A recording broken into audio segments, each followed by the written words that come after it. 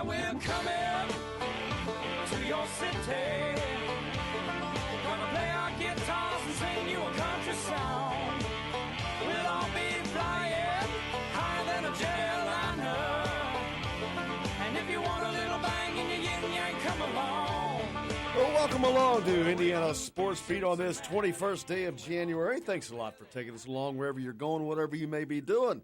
Appreciate you joining with us. Jim Coyle along sitting in for you as always. Justin Kalen, high top, the crew chief's box. That's right.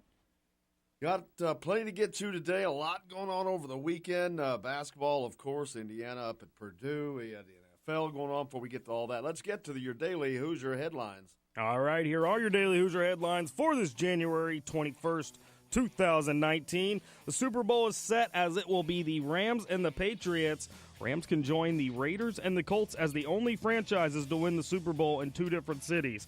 Rough weekend for IU athletics as the men's basketball team loses 70-55 to Purdue on Saturday. Women's team also loses to Purdue 56-53 yesterday afternoon. There was good news coming out of Bloomington this weekend, though, as Indiana football hires an offensive coordinator. Kalen DeBoer, Fresno State offensive coordinator, accepts the IU job and will make roughly $800,000 a year. Those are your daily Hoosier headlines for this January 21st, 2019. For more, make sure you go to thedailyhoosier.com. And welcome back. Yeah, a lot going on, like I said, over the weekend. Of course, Indiana and Purdue. Not a shocker that they lost, but once again, how they lost, not very appealing. No. We'll get to that. Don Fisher's on the show today, as he is each and every week. We'll also talk to Drew Davis. We're getting closer and closer to a decision by Keon Brooks. I wonder if this play is helping or hurting the recruitment of Keon Brooks. We'll get to that as well. But plenty to talk about in regards to Indiana's effort. Wasn't as bad as it was against Nebraska, but again, you still see – I don't see guys busting their tails. I don't see guys sprinting to the other end of the floor after a missed assignment or after – getting blocked, and you casually meander back down the floor. There's just a lot of things that are just it's optics. Losing that game is not a shock. I mean, did anybody expect this Indiana team, to go into West Lafayette and beat Purdue the way they had been playing? Now, a month ago, yeah, I stated that. I said, Indiana will win that game. Well, Indiana was playing well then. They were beating Louisville. They were beating Marquette. Those teams have surpassed Indiana because they've improved, like most other teams. They've all improved. As a matter of fact, look at the rankings right now. Marquette, those teams that Indiana were ranked around, way up there. 11th, 12th, 13th. Indiana's out. Indiana's going the opposite direction. They're climbing because those teams are improving. I'm not seeing improvement on this team. Make sure you hit us up with your thoughts. 812-269-6367. You said on Saturday something I thought was interesting. Indiana saw the top 25 last time this season. Say that again. Indiana has seen the top 25 for the last time this season. Yes. Oh, yeah, I said that, yes. Did I post that? No. Oh. Well, that's true. I said that, but and it's a fact. I think that that's a truth. I mean, I don't think that they're going to be – it's how they're losing games. Remember when everybody was complaining about why are they not ranked? Why are they not ranked yet? It was because of that loss to Duke. It wasn't that they lost to Duke. It was how they lost to Duke. It's how they're barely winning those games at home against Northwestern. That's what we're talking about. It's escaping these games in friendly confines, but then going someplace and getting blown out or getting blown out at home because of a lack of effort. It's optics. It's what it looks like. And everybody is, well, you got to give Archie. I'm not I'm not calling for Archie's head in no way, shape, or form. I think that's the most idiotic thing that anybody could even say. I've got questions, and you should and can be able to question, though. And I've got questions. I've got questions on this effort. Why? Why can this team not be prepared to play? If you're going to lose, go down with the guys who are going to fight. I'm not seeing fight from this team.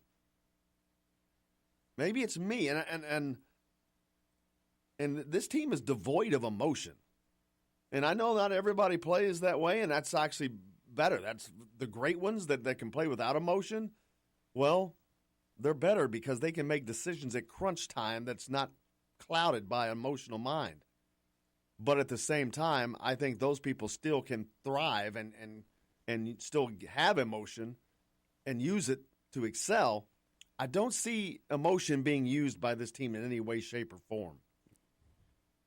The fact that you say emotion can excel, take a look at a guy like Matt Harms on Saturday.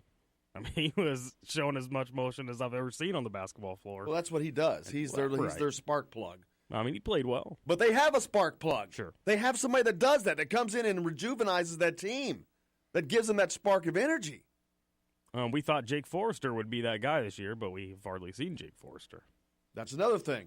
Player development. Who's getting better on this team? Which of these guys are getting better? Who's improving? Really improve? I mean, Fennessy has done a hell of a job. Don't get me wrong. And he would be the one shining star, I would say, as far as improvement. But who's getting better? Is Justin Smith being developed as a player, or is he developing as a player? Now, that's not Archie's recruit. I get that. Does that mean you can't develop him at all? There's no improvement? And how can an entire team be so emotionless? I'm just curious. I'm just asking. I'm asking questions.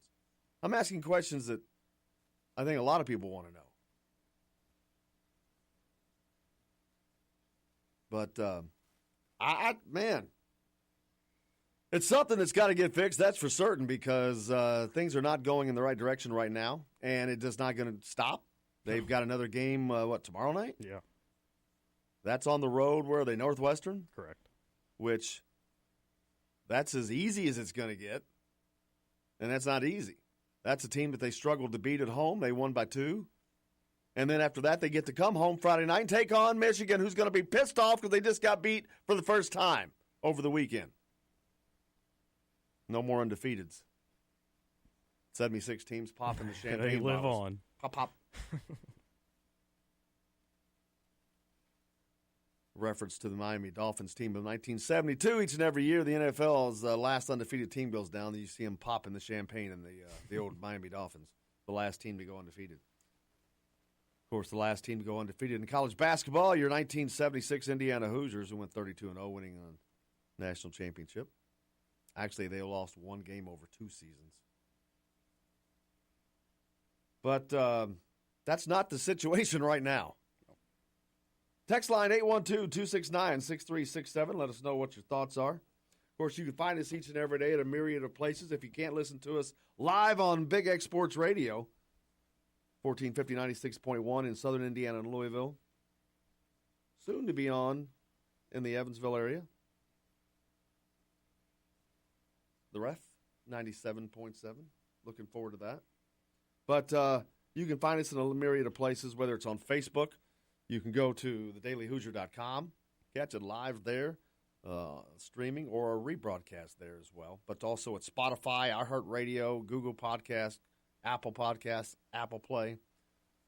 I think I hit them all, didn't I? You got a majority of them. But you can find us all over the place if you can't listen live. But man, people are up in arms. And then yesterday, did you watch the NFL games? Oh, yeah. How about that no call in the Saints game, man? What a joke. Saints got robbed. I mean, but here's the thing, though. That wasn't the only bad call in that game. Oh, no. Far from And it. there was another call I think that the Rams would have scored on, or there was a face mask that they didn't call that would have affected the game the other direction. So that one was just the most glaring, but it should have been called, and it would have changed the outcome. Well, it changed on who's going to the Super Bowl. Yeah. That call not being made, the Saints are going if they make that call. 100%. Because now all they got to do is just milk the clock out, boom, kick the field goal, bye-bye. And so that just altered the entire outcome of the game. I'm not sure how I feel about that because the best team didn't win, right. I don't think. Well, and that was it. I picked the Rams. No, I did not. I picked the Saints to win, didn't I? I like it. But my team is when I grew up on the L.A. Rams. Yeah. But I thought the Saints were going to win. I really did. Yeah, no, and the Saints should have won. They had plenty of opportunities, and you hate to think that game went down to that call, but that's just how it feels. I mean, it absolutely feels like the Saints got robbed, and the Rams. I don't want to say that they're not. They don't deserve to go to the Super Bowl. I feel like that seems unfair as well. But after seeing that call and that no call, I don't feel like the Rams deserve to go to the Super Bowl. Just my opinion. I don't know about deserve because, like I said, that wasn't the only call, Right. but. As things were at that stage of the game, the right team's not going to the Super Bowl because that call wasn't made. Yeah. And they took away Breeze and Brady for us. Now can Mahomes? Well, they had him rattled at times. Well, they got to him sometimes. When they got to him, they that usually was like a 15-yard loss. But he's still such a magician. But I knew when they left that time on the clock. I'm like, you're leaving them 2 minutes? I'm like, you're out of your mind. See that no-look pass he had? Oh. Unreal. Mahomes? Yeah. That was in the Chiefs-Patriots game. The Patriots win that game on a last there at the very end. Gee whiz. Overtime. 2 overtime games yesterday. How about that? Now that's how, if the college football playoffs ended like that, there would be a lot more support for the 8 teams. Sure. But instead, the average margin of victory has been like 21 points, 3 touchdowns. You got these games going to that's how this should be. These are the 4 best teams. The top 2 teams in each conference. This is how it should be. They should be going to overtime. That shows the parity. It shows how close that they are. Makes it more fun, too. We get a lot more coming up here on the program. Like I said, on the show today, Dion Fisher. Drew Davis joins us as well. Stay tuned. Indiana Sports Beat's back with more right after this. These are the days when you wish your bed was already made. This is Jim Coyle. When I'm not on the road covering the Hoosiers, you can find me at Bubba's 33 on the northeast side of I-65 at Veterans Parkway in Clarksville. Bring the team in for that post-win meal in the family dining area or just meet friends for a happy hour. Bubba's has bold burgers, hand-tossed pizzas, mouth-watering wings, and a list of select local craft brewers for the coldest beer in town. Bubba's 33 in Clarksville. Burgers, pizza, beer. Many medicines used to treat colds and flu contain acetaminophen, a pain reliever and fever reducer found in hundreds of over-the-counter and prescription medicines. But taking too much or more than one medication containing acetaminophen per day can damage your liver. So always read the label and don't take acetaminophen if you drink 3 or more alcoholic drinks every day. To learn more, visit fda.gov/OTC pain info. A message from the U.S. Department of Health and Human Services Food and Drug Administration. If you're a homeowner and have storm damage to your roof, you want a hometown contractor you can count on and trust. Brooks Roofing of New Albany has been doing quality work since 2006. Check out their work for yourself at brooksroofingin.com. No job is too big or too small, commercial or residential. Brooks Roofing is probably working in your neighborhood right now. Visit brooksroofingin.com or call 812-868-ROOF. That's 812-868-ROOF. Brooks Roofing, the protection you need when nature strikes.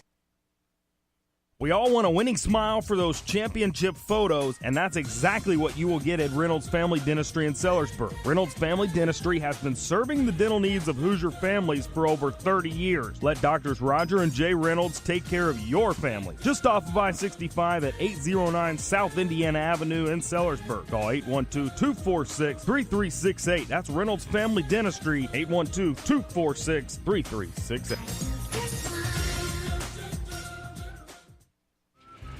All right, crew, let's get her dug.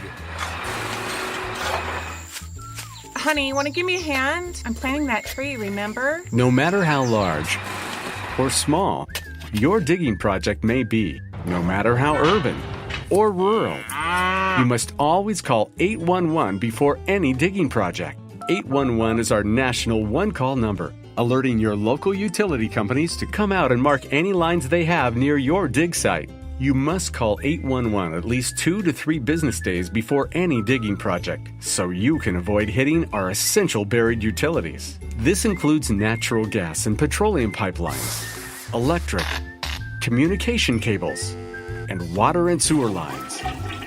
So before you do this or this, make sure you do this. For digging projects big or small, make the call to 811. Brought to you by Common Ground Alliance. If you want to get your day off to a good start, then stop at Billy Joe's Gas and Food Mart on Highway 150 in Floyd's Knobs. While you're filling your gas tank, you could fill your own tank with a hot breakfast or try one of Billy Joe's daily lunch special. Billy Joe's Gas and Food Mart opens at 5 a.m. and everything is made fresh daily. And if you bring your own mug, coffee is only 50 cents. And Billy Joe's also has free air. The best place to start your day is at Billy Joe's Gas and Food Mart on Highway 150 in Floyd's Knobs. If you want the most comprehensive coverage of the Indiana Hoosiers, you need Indiana Sports Beat with Jim Coyle. Join us each Monday through Friday for interviews with the players and playmakers. Weekly guests like Don Fisher, Terry Hutchins, and Chronic Hoosier. We've got live reports from each game. No one gives you better coverage of Indiana athletics. Indiana Sports Beat with Jim Coyle is available on iTunes and Google Play. You can follow us on Facebook or at indianasportsbeat.com. Indiana Sports Beat with Jim Coyle. We don't miss a beat.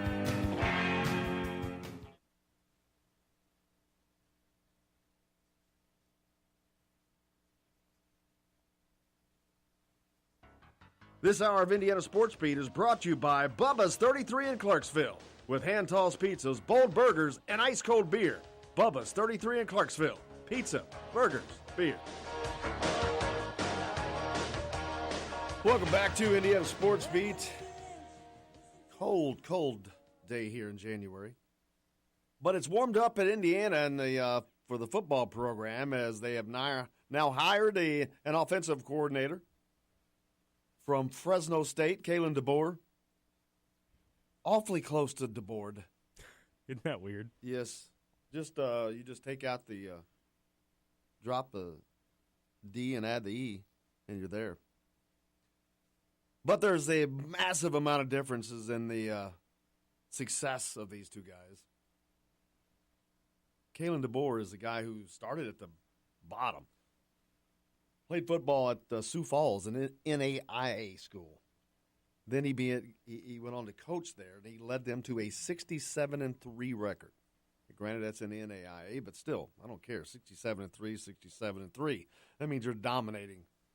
And then he moves on to, I think it was Eastern Michigan, maybe. Same success there. Then he went to Fresno State. The offenses where he goes are at the bottom when he gets there, and they're at the top when he leaves. Accustomed to using a dual threat quarterback. His last quarterback, had a per attempt average of 8.5, I think, 8.5 yards per attempt. That's 2 yards more than Peyton Ramsey from last year. And in a per attempt, 2 yards is a lot over the course of a season. That's over the course of every throw. Hundreds. So that's a lot.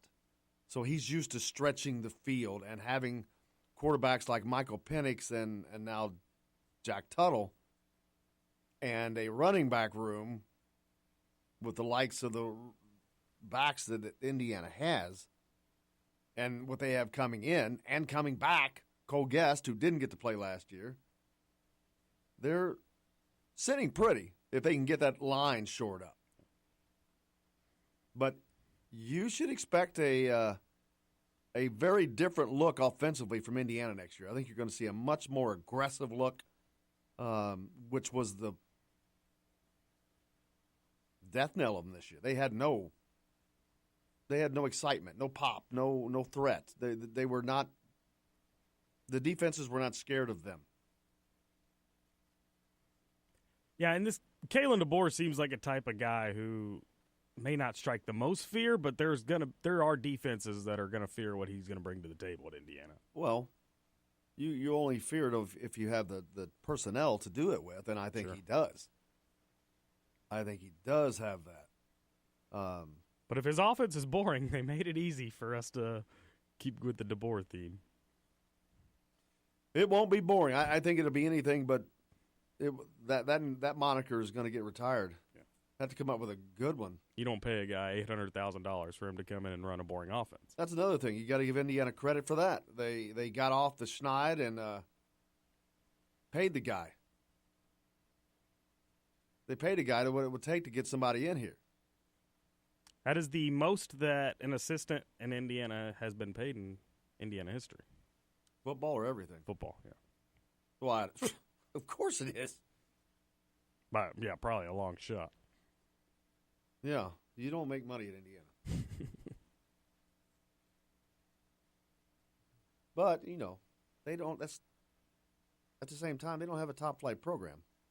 It's a chicken and the egg kind of a deal. I think that they've seen that, finally. They've understood that. And are trying to do something about it. So we'll see. We'll see how it turns out. But I think it's a good hire. I've seen the response has been good. Yeah. Looking forward to talking to Matt Weaver about it. But and normally we'd be talking to Sammy about it today, but he was off today. But it's a good hire. It seems like it's going to be a good fit again, especially for the talent that Indiana has. I mean, man, he's stepping into a nice little talent pool. Yeah. What are your thoughts? 812-269-6367 is the text line.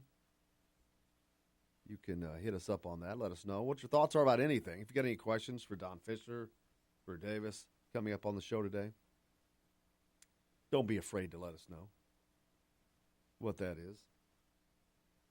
And the women took it on the chin yesterday up in West Lafayette as well. They were holding on to that number 25 ranking and dropped that one 56-53. That's a little surprising. They beat Purdue at Purdue last year. They'll get them again in Bloomington, but I assume they will. But is that 3 straight for the women? Oh, is it? I think so. Wow, taking a cue from the men. That would stink. 7 straight combined. The men have lost 4 in a row now. Oh, 3 of their last 4. I stand corrected. Okay. So between the men and the women, they've lost 7 out of their last 8. Not good. Not good. Not going in the right direction. But the men's team is one that things have to be addressed. Questions should be asked and answers should be given. Where is this team going? Are they heading in the right direction? Now, I'm not asking these questions in reference of undermining Archie, because these are not his players other than one class, and half of that class is not even available. But my question, my concern is why are these guys not getting ready to play? Why are they not getting up? Why do they not seem like they want to be there? Why do they not seem like they want to give maximum effort? Well, especially in a rivalry game like Purdue. I mean, the way they came out and started just didn't make any sense. And maybe it was a little bit of the noise factor, maybe the crowd. That's what they do every game. Yeah, exactly. Well, we got to get this fixed. Okay. I don't get it, because this is not something like that this is not like you're coming out and throwing the ball away 18 times in a row that you got to fix. But apparently the attention to it is not there yet. Apparently it has not sunken in to the players. Apparently they're not seeing on film what I see on film. And I see a glowing lack of caring or a lack of effort. Yeah. I'm not going to say they don't care. Well, a lack of effort sometimes rubs off as lack of seeming, perception. Right. It's a perception. It's the perception. Certainly not saying they don't care, but it's the perception. When you make a mistake and you jog back, and this is not one player. I'm just beside myself that this continues. These are Division I athletes. You got to get yourself up. Not happening right now. Now, this is not, they're not playing the Sisters of the Poor either. Granted. But they're not playing very well. No. There's no sugarcoating it. Well, and the thing is, it makes it so frustrating to watch is it's not just 1, 2, 3, maybe even 4 guys. It's the whole team. I mean, it's everybody out on the floor.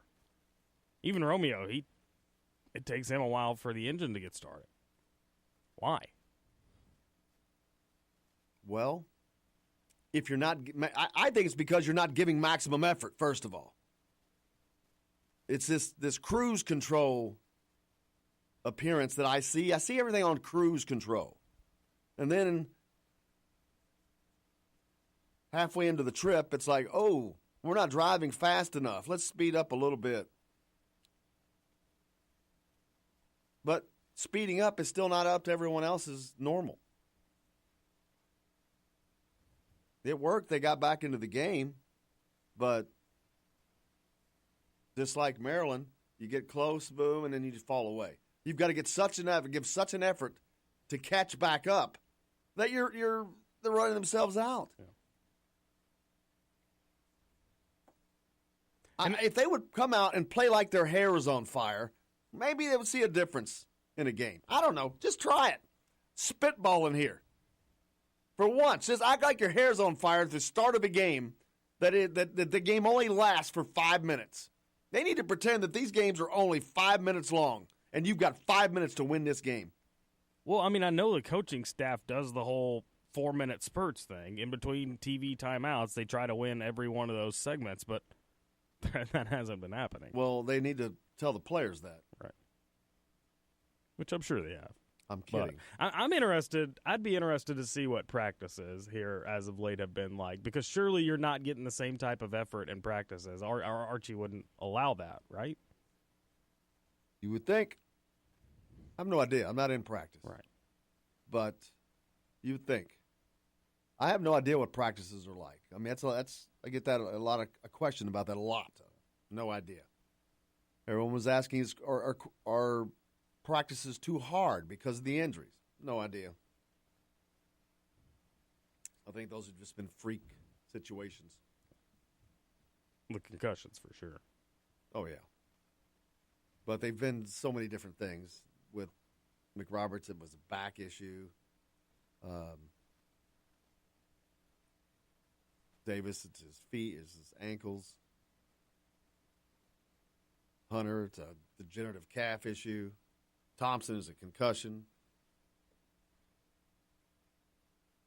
But developing players is something that, to me, is crucial because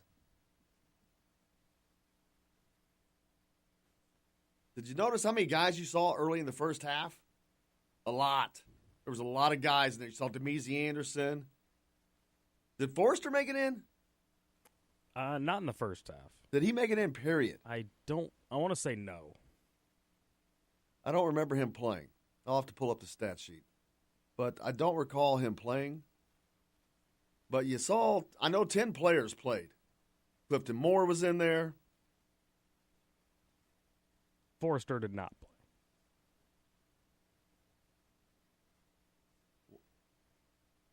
See, when I go back to the developing players, Demezy Anderson, Jake Forrester, part of that class,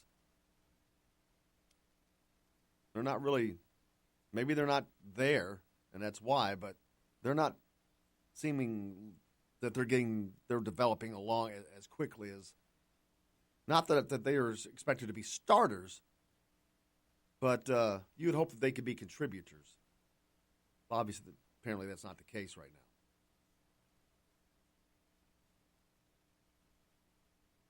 But they need that. They need somebody else to help them along the way. Preferably somebody with a little bit of energy that can shoot from the 3 and the free throw line. Be ideal. Free throws. Remember, what did I tell you every time that when they had those couple of great games? Do you remember that, where they didn't miss one? What was the caveat? Don't remember. Only 2 players were shooting free throws. Oh, yeah.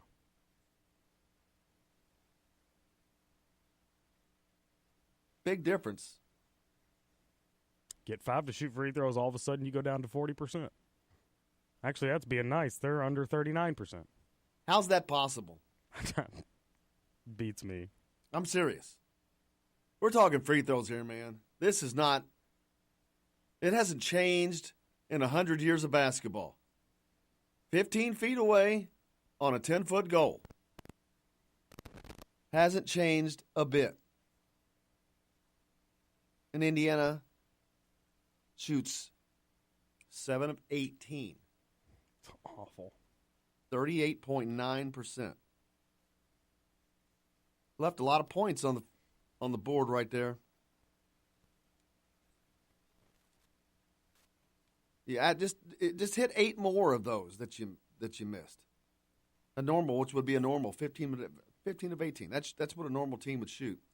You add 8 to that score, that's 63. So now you've just got 7 points to make up.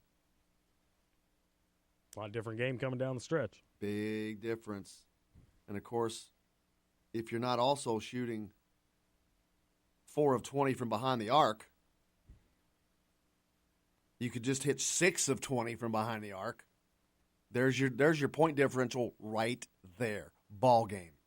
That simple. We got to take a break. We got a lot more coming up on the show. Don Fisher's on the show today. Drew Davis. Stay tuned. We're back with more here on Indiana Sports Beat right after this.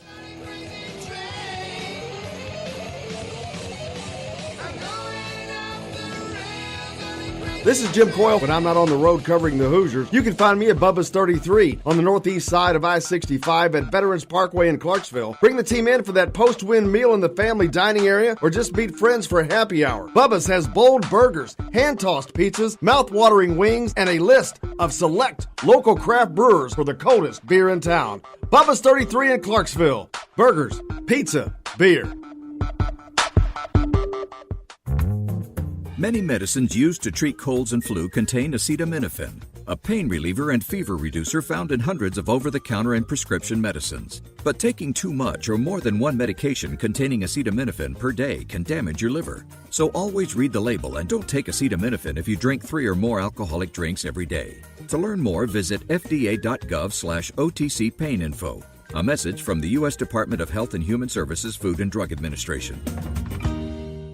If you're a homeowner and have storm damage to your roof, you want a hometown contractor you can count on and trust. Brooks Roofing of New Albany has been doing quality work since 2006. Check out their work for yourself at brooksroofingin.com. No job is too big or too small, commercial or residential. Brooks Roofing is probably working in your neighborhood right now. Visit brooksroofingin.com or call 812-868-ROOF. That's 812-868-ROOF. Brooks Roofing, the protection you need when nature strikes. We all want a winning smile for those championship photos, and that's exactly what you will get at Reynolds Family Dentistry in Sellersburg. Reynolds Family Dentistry has been serving the dental needs of Hoosier families for over 30 years. Let Doctors Roger and Jay Reynolds take care of your family. Just off of I-65 at 809 South Indiana Avenue in Sellersburg. Call 812-246-3368. That's Reynolds Family Dentistry, 812-246-3368. All right, crew, let's get her dug. Honey, want to give me a hand? I'm planting that tree, remember? No matter how large or small your digging project may be, no matter how urban or rural, you must always call 811 before any digging project. 811 is our national one-call number, alerting your local utility companies to come out and mark any lines they have near your dig site. You must call 811 at least 2 to 3 business days before any digging project, so you can avoid hitting our essential buried utilities. This includes natural gas and petroleum pipelines, electric, communication cables, and water and sewer lines. So before you do this or this, make sure you do this. For digging projects big or small, make the call to 811. Brought to you by Common Ground Alliance. If you want to get your day off to a good start, then stop at Billy Joe's Gas and Food Mart on Highway 150 in Floyd's Knobs. While you're filling your gas tank, you could fill your own tank with a hot breakfast or try one of Billy Joe's daily lunch special. Billy Joe's Gas and Food Mart opens at 5 a.m. and everything is made fresh daily. And if you bring your own mug, coffee is only 50 cents. And Billy Joe's also has free air. The best place to start your day is at Billy Joe's Gas and Food Mart on Highway 150 in Floyd's Knobs. If you want the most comprehensive coverage of the Indiana Hoosiers, you need Indiana Sports Beat with Jim Coyle. Join us each Monday through Friday for interviews with the players and playmakers. Weekly guests like Don Fisher, Terry Hutchins, and Chronic Hoosier. We've got live reports from each game. No one gives you better coverage of Indiana athletics. Indiana Sports Beat with Jim Coyle is available on iTunes and Google Play. You can follow us on Facebook or at indianasportsbeat.com. Indiana Sports Beat with Jim Coyle. We don't miss a beat.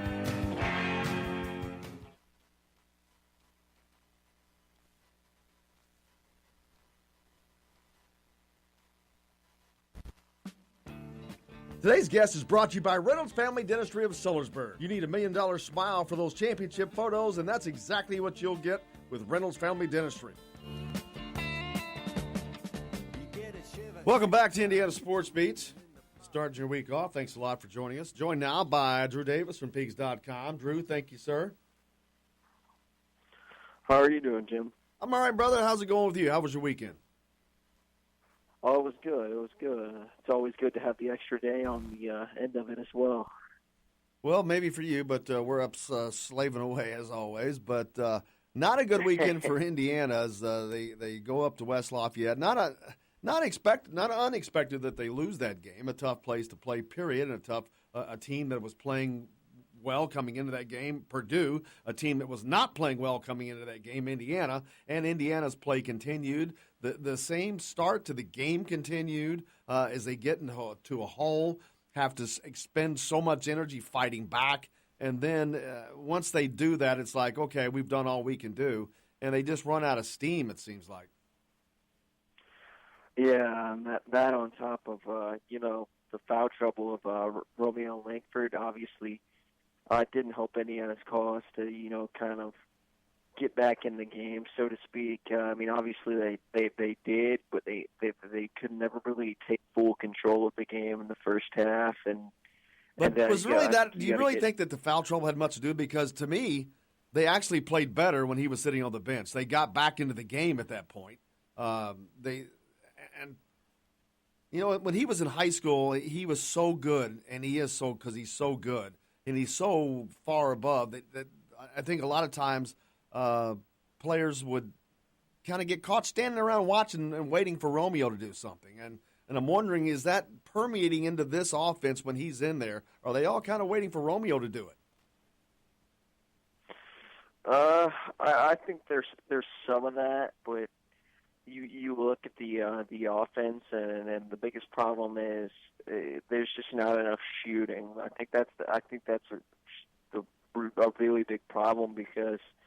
When these guys are trying to drive the basketball, those lanes are closing up in a hurry because, opponents have no reason to, really, respect the shooters. So they're really, helping off on drives and just closing those driving lanes down. And then they're just really keen on certain guys when they touch the basketball, like Juwan Morgan or Romeo Langford. And I think that's really the biggest problem for Indiana right now. And, coming into the season, we knew that they didn't have a lot of shooting, but Evan Fitzner was hoped to alleviate some of that, and that has certainly not been the case. As a matter of fact, I'm not sure that he even played against Purdue this weekend. No, he did not. Now that's a telltale sign. Unless he's hurt, when everyone else on the bench basically played almost, he not playing in that game. I think that sends a message if he was not hurt. Yeah, I think if you think about it with Fitzner not playing, I think the biggest reason would probably be the Purdue bigs. I don't think Archie Miller particularly liked that matchup at all, and you look at Trevion Williams, and that's a guy that could really easily move Fitzner around, and that's just not a matchup you want. There's a couple things that Evan doesn't do well, and it's defending big physical guys, or also defending in space, and those aren't exactly his good points. And I think with him, just the biggest thing is getting his confidence back and knocking down some shots, and that's something that hasn't happened yet for him.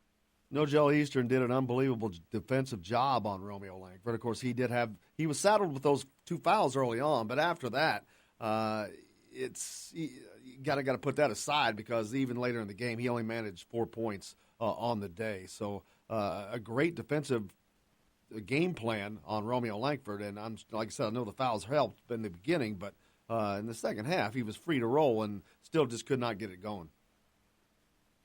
Yeah, I think you also have to give some credit to the back end of the Purdue defense. There's a lot of help around the rim that did a good job of helping over and blocking shots on Romeo, and I think that was a big part of it as well. You got to give Purdue credit for that, and I think defense is really packing it in against him. He's not shooting the ball very well, so that kind of makes that easy to do. And then you combine that with the fact that there's no one else that really shoots the ball well, and that makes Indiana a pretty easy team to defend, honestly. Right, and so where do they go from here? Going forward? I mean, this is not something that's going to go away, and this is not something that other teams are ignoring.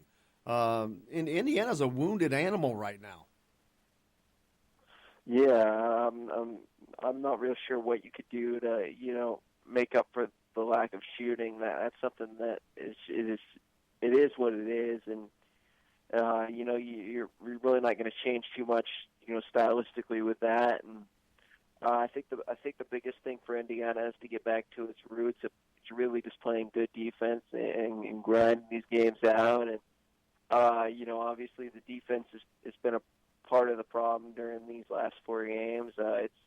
It's had a couple breakdowns here and there, and segments of the game where it's not as good as it needs to be, and I think that's a big reason for it right now. And I think Indiana just needs to remember the identity that got them to that point in non-conference play where they had won a bunch of games in a row and they were playing good basketball. Yeah, and you speak of identity, that's the thing that a lot of people are talking about, because no one really seems to know what this team's identity is, and I don't. In the season you talk about early on, they toughed out some games, gritting them out, but that was against a lot of times substandard competition. Not always. They were able to come out with a win over Louisville, but that was at home, and the win over Marquette. They caught Marquette on a good day, but both of those teams have continued to excel as they have gone on this season, and I think that's something that is of great concern. Is Indiana does not seem to be improving at all, while other teams are continuing to do that as this season has progressed. Yeah, I think that you got to chalk part of that up to the fact that not necessarily the injuries itself, but when you have a lot of injuries, it's hard to get continuity, and I think that's a big deal. Indiana didn't have a lot of these guys, not only for games, but when you don't have guys early in the year for practice, that makes life real tough. It takes a toll physically on your team, but also it makes it hard to get continuity and get guys in there together and find really the lineups you want. I think that's part of it, but Indiana's just they're not playing good enough basketball all around right now, whether it's on the defensive end or lack of shooting on the offensive end. And Indiana's really just they don't have a bunch of ways to win a game. They need to muck it up. They need a grind out game where you roll up your sleeves, defend, and that's really their recipe for a win. They don't have a ton of ways to win a game, but that's their best bet. Yeah, and as the season continues to move forward, they have a game tomorrow night, so it doesn't stop, and it still continues to be on a road. They're on the road against Northwestern, which would, in most times, that would be kind of a break, but not really. This is a team that they struggled to beat at home in Assembly Hall, and Northwestern is a team that's kind of smarting. They need a win as well, so it's not getting any easier for this team as they continue to have to fight. And then you come back, you got Michigan at home on Friday night, and then Michigan's going to be pissed off because they just lost their first game. So it just does not get any easier. They're going to have to find a way to step up and do something in these games. Yeah, I think you look at the game at Northwestern and you think that's going to be a real dogfight, especially the way the game went, earlier in the season at Assembly Hall. And, they're 11-7, but I don't think their record shows, the amount of effort they play with for Coach Chris Collins. He gets those guys to play hard and they compete. There's, you look at the Big Ten. There's no easy wins this year. I was doing the power rankings yesterday, and I was sitting there thinking, there's not a team in the Big Ten that I can honestly say is an easy out. Even Rutgers is pretty good. I think that's part of what makes the Big Ten so tough. There's no off nights, but it's going to be real interesting to see how this Northwestern game goes because Indiana's going to need to get something going early. They're going to need to, come out, be balanced, have some guys chip in and help Romeo and Jawan, and I think that's where it starts. And I think this is a game that Indiana really needs to win, especially with the way the schedule has been. And six out of 8 in this stretch, being on the road, and a good deal of those games coming against top 20 opponents in the Ken Palm. I think this is a game that you have to really win, especially coming off a stretch where you've lost 4 straight. You just can't really afford to lose this game if you're Indiana. Well, I agree because if they lose this game, pushing the tally to 5 straight. Not just that though; it's who they're losing to. Nebraska is not a confirmed NCAA team this year. Probably might make it, but still losing at home, not good. You lose on the road to a Northwestern team that's probably not going to make it to the tournament this year. That is going to be not good for your NCAA resume. Even though Indiana has a couple of good wins on it, they've got to continue adding to that because they don't have near enough to get them in right now. And I don't think that they can split the season 50-50 and be okay. Well, but the good news about that is within the Big Ten, pick up your phone for us. It is conference this year. With that means you get more opportunities for quality wins, and Indiana will have quality win on Friday night to boost its resume against Michigan. I think Indiana's going to need to come out and play good basketball on that one. And you look at Assembly Hall. I had a weird way. You sound like you're in a hole, brother. Come back to us. But and I think that again, that game Friday night.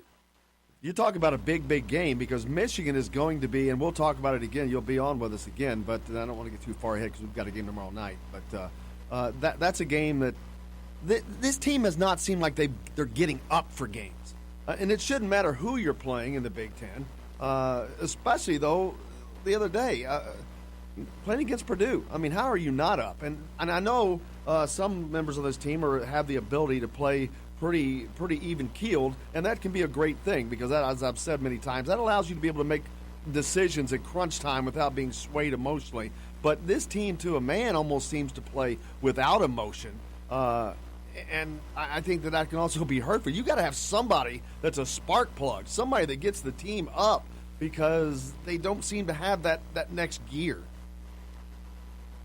No, not at all. I mean, I just feel after Academy against Purdue, I think there was just a lot of breakdowns more so, and that was the problem. You know, attention to detail, execution more so, and you know, you look at Indiana, they can't afford to do those things. They need to be pretty flawless, play a good game. You know, when you don't have tons of shooting, you don't have the offensive weapons like other teams do. It gives you a very small margin for error, and you can't get away with making some of the mistakes that you could if you had some more pieces offensively and some more more firepower offensively. But Indiana they really need to just get back to the way they were playing in December. That I thought their effort was really good. They were connected. Even though they trailed for most of the games against Louisville and Butler, I felt like they never really gave up, and they just kept with their gritty defensive mindset, and they just kept plugging away, and at the end of the game, they had a chance to pull those games out, and they did because of their workman's-like attitude, and I think that's the biggest deal for Indiana right now. Is they have to find that again. Absolutely, they do, and hopefully that they can, because the losing, that's also has to be something that's weighing on them. A team that, in the last press conference before the last game, RT had said that they seem like they've lost a lot of confidence. Well, that was before the Purdue game, so that didn't help that in that regard at all. But they've got to find a way on their own to manufacture whatever it is they need to manufacture mentally to compete in these games, because otherwise it's going to be a long, long, cold season if they don't.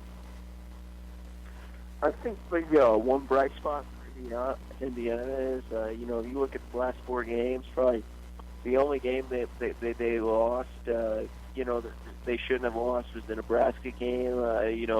You shouldn't lose that game at home. Nebraska's a good basketball team, but you can't lose to them at home. And I think you look at Indiana's loss this season, and most of them, are games they probably should have lost. Going in on paper, we kind of expected Indiana to lose, but I think the Nebraska one's the one that you look at and you're kind of like, no, that shouldn't have happened. But you lose on the road at Michigan, on the road at Maryland, and on the road at Purdue. That's kind of expected in this stretch where this prior to the Super Bowl, 6 of 8 are on the road. So Indiana really just needs to weather the storm. They need to get off the mat and be able to respond and just hold serve until they can get through this stretch and start playing some better basketball. And I think that that'll be a big deal, because Indiana's going to have a chance here after the Super Bowl to play some quite a few games at home, and I think that if they can just get to that point, that'd be a huge deal.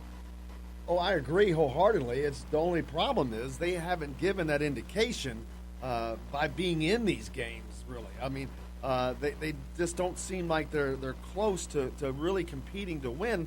Although at the Purdue game, the free throws again rear their ugly heads, and it's not like they ever really went away. I was telling Justin earlier, I pointed out previously, the couple of games where they had a really, really great free throw shooting game, if you look, that was because only 2 guys were shooting all of the free throws, and they were on a nice little streak. But when the entire team starts shooting free throws again, they shoot 39%. That's just simply not acceptable under any circumstance. I mean, this is Division I college. You've got to be able to hit free throws. That's just, to me, that's just plumb ridiculous. And to leave that many points on the table because of that, you're not going to win games when you do that.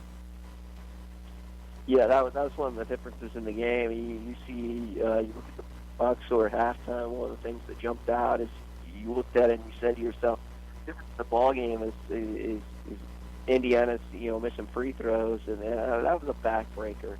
So that crushed and squashed whatever momentum you had, and whenever you would you drive the basket and get rewarded, and Indiana was just not able to capitalize on it. And I really can't make sense of it, to be honest.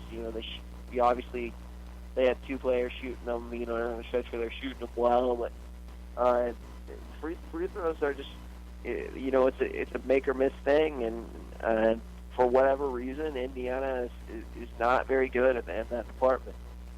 Absolutely, Drew. I appreciate you joining us. Look forward to talking to you more on Friday. We'll recap tomorrow night's game and preview the Michigan game. Have a great week, and we look forward to it then. All right, man. Have a good week. I'll talk to you then. Look forward to it. Drew Davis from Peaks.com joining us as he does each and every Monday and Friday.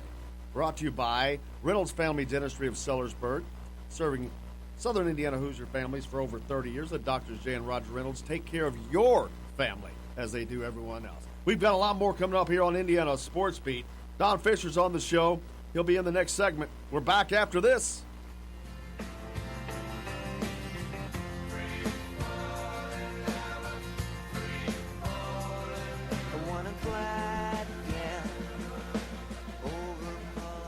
This is Jim Coyle. When I'm not on the road covering the Hoosiers, you can find me at Bubba's 33 on the northeast side of I-65 at Veterans Parkway in Clarksville. Bring the team in for that post-win meal in the family dining area or just meet friends for happy hour. Bubba's has bold burgers, hand-tossed pizzas, mouth-watering wings, and a list of select local craft brewers for the coldest beer in town. Bubba's 33 in Clarksville. Burgers, pizza, beer. Many medicines used to treat colds and flu contain acetaminophen, a pain reliever and fever reducer found in hundreds of over-the-counter and prescription medicines. But taking too much or more than one medication containing acetaminophen per day can damage your liver. So always read the label and don't take acetaminophen if you drink 3 or more alcoholic drinks every day. To learn more, visit fda.gov/OTC pain info. A message from the U.S. Department of Health and Human Services Food and Drug Administration. If you're a homeowner and have storm damage to your roof, you want a hometown contractor you can count on and trust. Brooks Roofing of New Albany has been doing quality work since 2006. Check out their work for yourself at brooksroofingin.com. No job is too big or too small, commercial or residential. Brooks Roofing is probably working in your neighborhood right now. Visit brooksroofingin.com or call 812-868-ROOF. That's 812-868-ROOF. Brooks Roofing, the protection you need when nature strikes. We all want a winning smile for those championship photos, and that's exactly what you will get at Reynolds Family Dentistry in Sellersburg. Reynolds Family Dentistry has been serving the dental needs of Hoosier families for over 30 years. Let Drs. Roger and Jay Reynolds take care of your family. Just off of I-65 at 809 South Indiana Avenue in Sellersburg. Call 812-246-3368. That's Reynolds Family Dentistry, 812-246-3368. All right, crew, let's get her dug. Honey, want to give me a hand? I'm planting that tree, remember? No matter how large or small your digging project may be, no matter how urban or rural, you must always call 811 before any digging project. 811 is our national one-call number, alerting your local utility companies to come out and mark any lines they have near your dig site. You must call 811 at least 2 to 3 business days before any digging project, so you can avoid hitting our essential buried utilities. This includes natural gas and petroleum pipelines, electric, communication cables, and water and sewer lines. So before you do this or this, make sure you do this. For digging projects big or small, make the call to 811. Brought to you by Common Ground Alliance. If you want to get your day off to a good start, then stop at Billy Joe's Gas and Food Mart on Highway 150 in Floyd's Knobs. While you're filling your gas tank, you could fill your own tank with a hot breakfast or try one of Billy Joe's daily lunch special. Billy Joe's Gas and Food Mart opens at 5 a.m. and everything is made fresh daily. And if you bring your own mug, coffee is only 50 cents. And Billy Joe's also has free air. The best place to start your day is at Billy Joe's Gas and Food Mart on Highway 150 in Floyd's Knobs.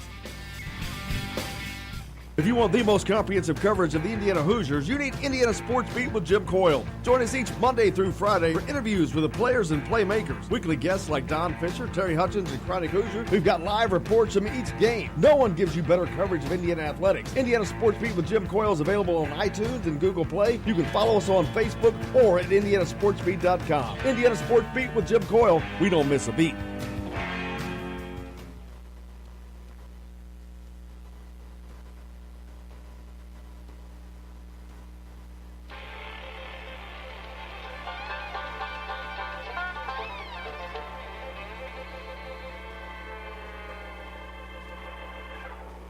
I'm coming to your city.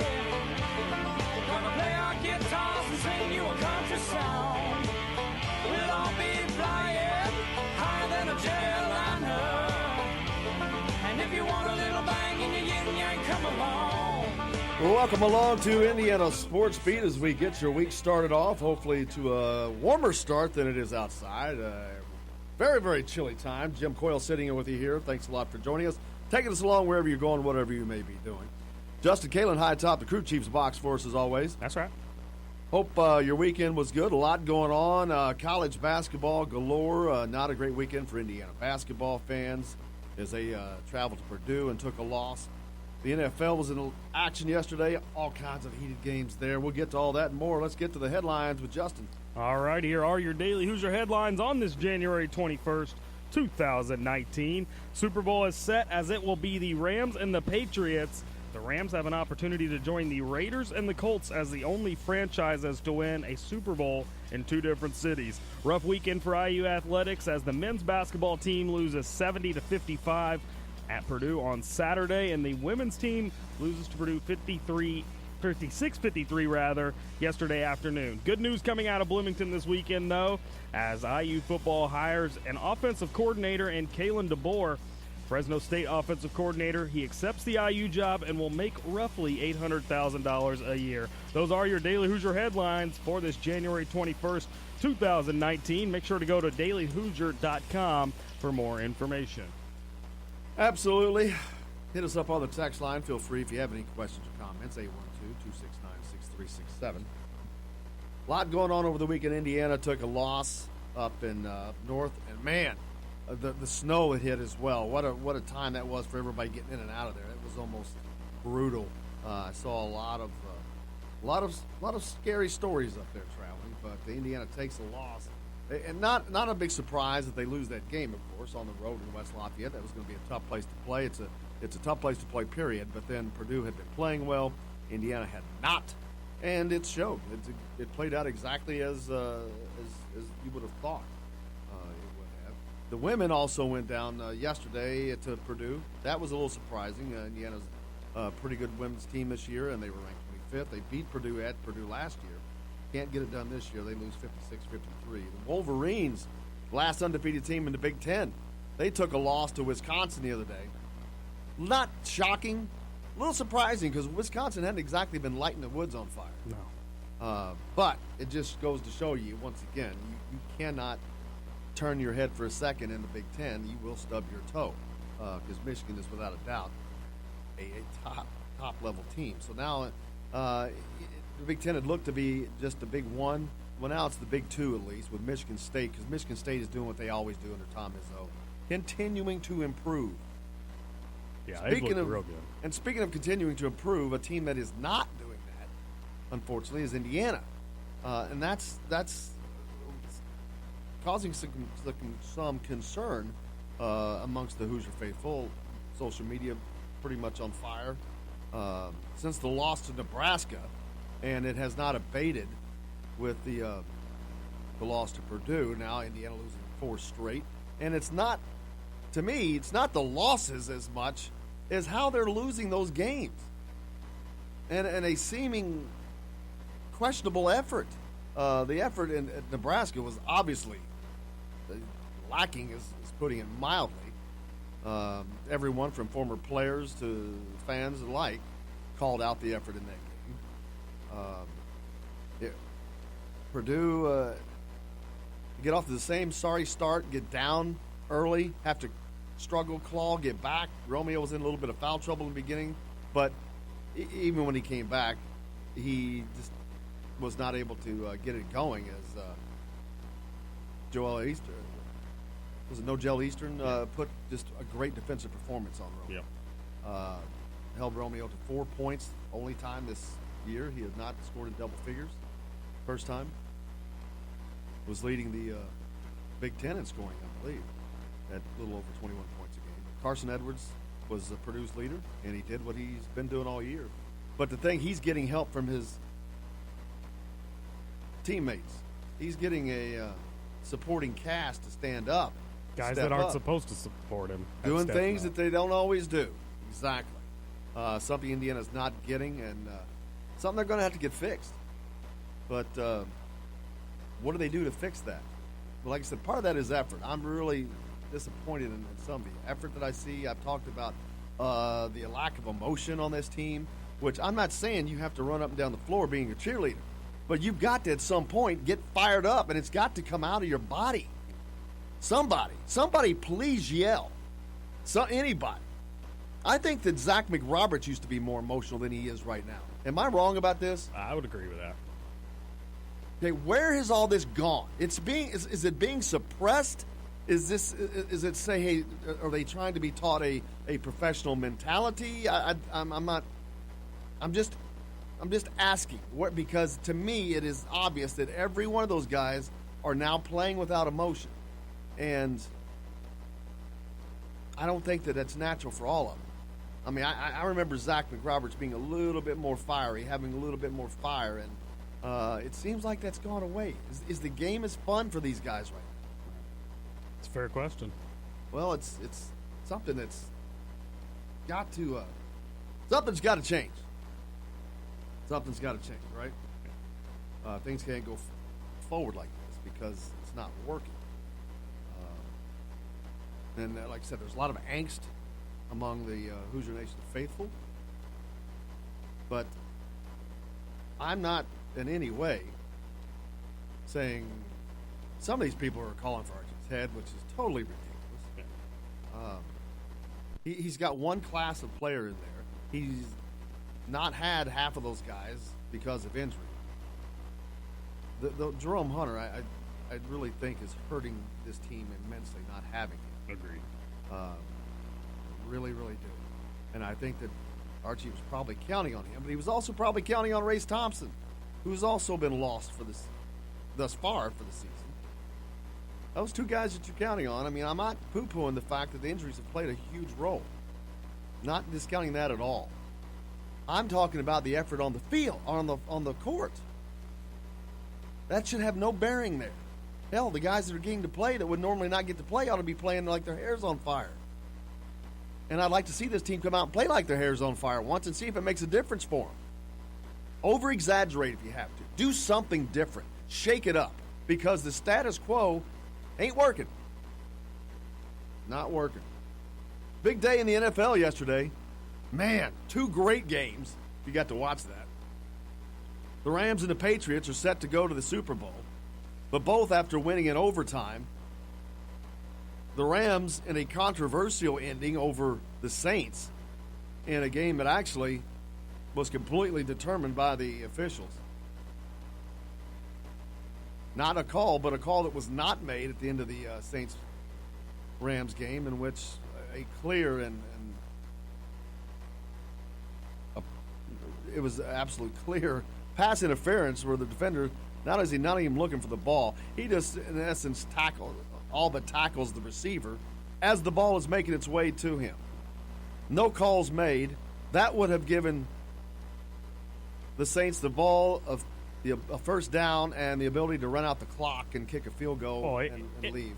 Or score a touchdown. Yeah, I don't know if they would have had all that much time to run the clock off because it would have been first and goal at the 1 or 2 yard line. So, no, they weren't in the... I think they were in the red zone. Oh, were they? I'm almost positive, yeah. Okay. I think he got hit right around the 5 yard line. But, I mean, either way, the way I see it, Saints score a touchdown there. The Rams don't come back and kick a field goal. They go for a touchdown, likely get it, and we likely go to overtime anyways. So I like to think that play didn't really have a bearing on the game, but absolutely, it's hard to think that it didn't. Oh, it absolutely did. They would have been able to run the clock out. Sure. They would have, yes, they would have ran the clock down. They would have just let it run. They would have ran it down, but I don't think they could have ran it out. Yes, they could have. Absolutely, they could have, because they would have had 3 downs to do it. Yeah, there was over 2 minutes, though. No, I think there was under 2 minutes at that time. Perhaps. I don't remember exactly what it was, but I'm pretty positive they could have. Regardless, the outcome of the game was changed simply because of something that was blatant. Blatant. You got to be pissed if you're a Saints fan. And if you're a Saints player and coach, even more so. So are we seeing the best 2 teams? I don't know. It doesn't matter. I think it's going to be a great game, but Should be. Who would you rather have seen, Brady and Breeze, or Brady and the Rams? Brady and Breeze. Me too, and I thought it was going to be because Mahomes Breeze, if we're being truthful. That's what I thought it was going to be. That's what I picked. I'd pick the Chiefs and the Saints, and because I don't like the Patriots, and I do like the Rams. So now I'm picking the Rams. Hopefully, and the Chiefs and the Patriots. The great game that one goes down to overtime as well. But when they left all that time on the clock for Brady, I'm like, that's not good. Not good at all. And they did what they have been doing, and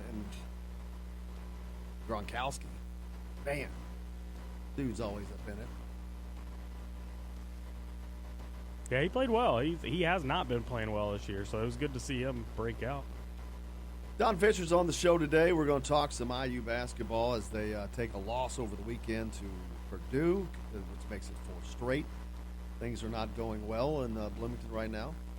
They've got another game tomorrow night, a chance to right the ship as they travel to Evanston, Illinois, to take on the Northwestern Wildcats. We've got that and much more to talk about here on the show. Stay tuned. Indiana Sports Beat, back with more right after this.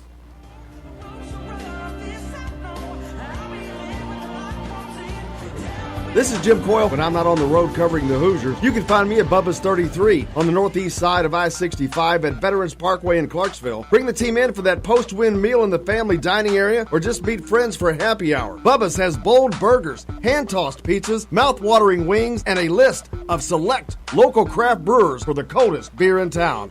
Bubba's 33 in Clarksville. Burgers, pizza, beer. Many medicines used to treat colds and flu contain acetaminophen, a pain reliever and fever reducer found in hundreds of over-the-counter and prescription medicines. But taking too much or more than one medication containing acetaminophen per day can damage your liver. So always read the label and don't take acetaminophen if you drink 3 or more alcoholic drinks every day. To learn more, visit fda.gov/OTC pain info. A message from the U.S. Department of Health and Human Services Food and Drug Administration. If you're a homeowner and have storm damage to your roof, you want a hometown contractor you can count on and trust. Brooks Roofing of New Albany has been doing quality work since 2006. Check out their work for yourself at brooksroofingin.com. No job is too big or too small, commercial or residential. Brooks Roofing is probably working in your neighborhood right now. Visit brooksroofingin.com or call 812-868-ROOF. That's 812-868-ROOF. Brooks Roofing, the protection you need when nature strikes. We all want a winning smile for those championship photos, and that's exactly what you will get at Reynolds Family Dentistry in Sellersburg. Reynolds Family Dentistry has been serving the dental needs of Hoosier families for over 30 years. Let Doctors Roger and Jay Reynolds take care of your family. Just off of I-65 at 809 South Indiana Avenue in Sellersburg. Call 812-246-3368. That's Reynolds Family Dentistry, 812-246-3368. All right, crew, let's get her dug. Honey, want to give me a hand? I'm planting that tree, remember? No matter how large or small your digging project may be, no matter how urban or rural, you must always call 811 before any digging project. 811 is our national one-call number, alerting your local utility companies to come out and mark any lines they have near your dig site. You must call 811 at least 2 to 3 business days before any digging project, so you can avoid hitting our essential buried utilities. This includes natural gas and petroleum pipelines, electric, communication cables, and water and sewer lines. So before you do this or this, make sure you do this. For digging projects big or small, make the call to 811. Brought to you by Common Ground Alliance. If you want to get your day off to a good start, then stop at Billy Joe's Gas and Food Mart on Highway 150 in Floyd's Knobs. While you're filling your gas tank, you could fill your own tank with a hot breakfast or try one of Billy Joe's daily lunch special. Billy Joe's Gas and Food Mart opens at 5 a.m. and everything is made fresh daily. And if you bring your own mug, coffee is only 50 cents. And Billy Joe's also has free air. The best place to start your day is at Billy Joe's Gas and Food Mart on Highway 150 in Floyd's Knobs. If you want the most comprehensive coverage of the Indiana Hoosiers, you need Indiana Sports Beat with Jim Coyle. Join us each Monday through Friday for interviews with the players and playmakers. Weekly guests like Don Fisher, Terry Hutchins, and Chronic Hoosier. We've got live reports from each game. No one gives you better coverage of Indiana athletics. Indiana Sports Beat with Jim Coyle is available on iTunes and Google Play. You can follow us on Facebook or at indianasportsbeat.com. Indiana Sports Beat with Jim Coyle. We don't miss a beat.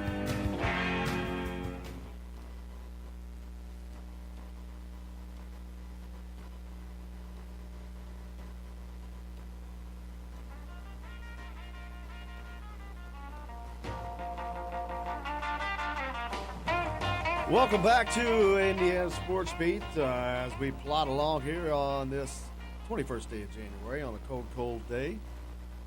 Trying to stay warm. It's chilly out there. Our first true dose of winter weather hit us. Don Fisher joins us on the program today in the next segment. Looking forward to talking to him. Indiana's in the midst of a 4-game losing streak. They head to Northwestern tomorrow night to try to right the ship. They try to get through this gauntlet of a Big Ten conference schedule this season. And it's not getting better for the Hoosiers. Something they need to get turned around. Much like Wisconsin did as they took on the Michigan Badgers.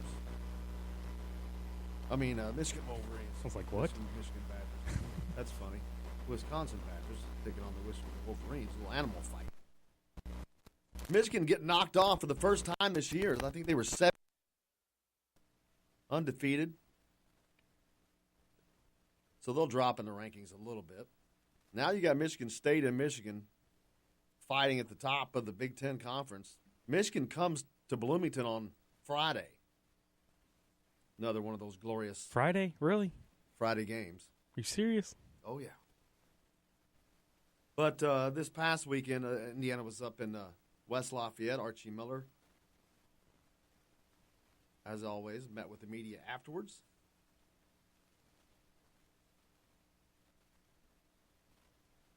Purdue, they played a really hard-fought and really good execution team, obviously, coming in the game, but made things very difficult on us on the offensive end of the floor. And our free throw shooting and inability to make, some outside shots isn't freeing anything up. And I thought our guys, for the most part, especially in the first half, really competed hard, made things as difficult as they possibly could, challenged the three-point shots, and going over a lot of the handoffs and ball screens was a major point of emphasis. And then, to start the second half, they got going. I think Carson may have hit 2, or Klein hit 2, and then Carson hit 1. And, when they make threes, they're a different team. And give them credit. Guys did a really nice job. For us, let's get back to work. We have a quick turnaround, and we're right back at it at Northwestern on Tuesday night. See, business as usual. This rivalry itself, I don't know. Before when I think the other coaches took this rivalry a little more, I don't want to say seriously, but to heart. I'm not sure that that's happening right now. There used to be a lot of talk about it, but maybe that's the change in society. I don't think so, but I guess when you take a beating like that, all you can do is just pick up the pieces and try to move on. When you've lost 7 of your last 8, I don't know how much of a rivalry is there anymore, to be honest. I mean, it's always going to be there because it's Indiana-Purdue, but when they're constantly kicking your ass. At this moment, yeah, but that's catching at the end of the Crean and the beginning of the Archie Miller era. Sure. For one. Trust me, the rivalry's there, dude. Yeah. I mean, if you're not paying attention to social media, you say that. There's no doubt. It's there for them. It didn't appear to be there for Indiana. That's the point. That's the problem. One of the problems, I think. But it's something that's got to be turned around. But what are the answers? Well, getting different players in, getting healthy players in, that's part of it. And by different, I meant Archie getting his people in as you go forward in this. He plays a very different style than Tom Crean played. For sure. Very different. Very different type of player needed. I don't think that Archie Miller and Tom Crean have the same recruiting philosophy. Then you've got people that are just Deron Davis who could be doing damage. You know, Matt Painter was talking about. He talked a lot about Indiana and what they're going through right now. Deron Davis was one that he mentioned that when he came into the league, he was good. When he was a freshman, dude was knocking down free throws. You're like, oh, man, he's going to be a beast. And the injury last year, and he's just not recovered from that and has almost been hobbled because of it. Yep. And it makes a difference when you don't have a guy like that can go in there and battle against Travion Williams, that can really play with him, that can cause the other team problems. That's the thing. No one's causing them problems.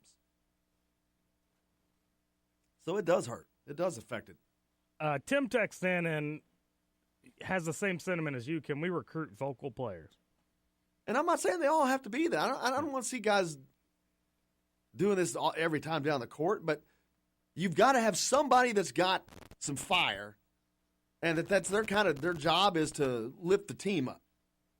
They don't have that guy. I don't know that they have a leader, to be honest with you. Who's the true leader on this team? Who is really leading them? Yeah, Tim also sent in a text at the end of the show on Friday. We didn't get to it. It says, we need another player with Thomas Bryant's attitude. Spot on. Exactly. He roamed that middle, and he played. He gave his all. Yeah. You knew his effort was there. You saw the effort, and you saw that he cared. And again, I understand that not everybody plays with their emotions on their sleeve. That's okay.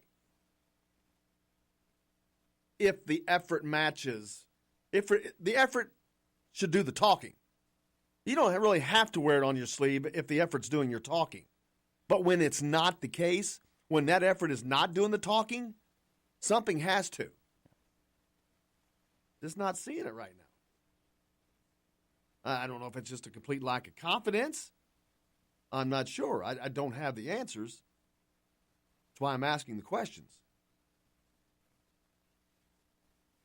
But there are questions that have to be answered if this team is going to do anything but continue to spiral. Got to get the ship back on course. Absolutely. You had some high school games over the weekend that you got to do. How was that? It was fun. Who did I call this week? Lanesville North Harrison. It was a good game. Speaking of high school games this weekend, I believe Warren Central got beat. Oh, wow. Let me look into that a little big boys further. Go down? That would take down a mighty giant. Someone else slaying the giant. Indiana on the road tomorrow night taking on Northwestern as they try to right that ship that we've been talking about that has gone awry this season. Potentially on the brink, but they have plenty of time to right that ship. That's the thing. We've got a lot of basketball to be played, but it's something they're going to have to do. I was looking at the schedule a little bit ago. 6 of their last 9 games are at home. Right. So at least they've got that going. It is a backloaded, better schedule for them, that's for certain. Without a doubt. I mean, it's a tough stretch where they're going at, was it 7 of 8 that they were on the road? Mm-hmm. It's crazy.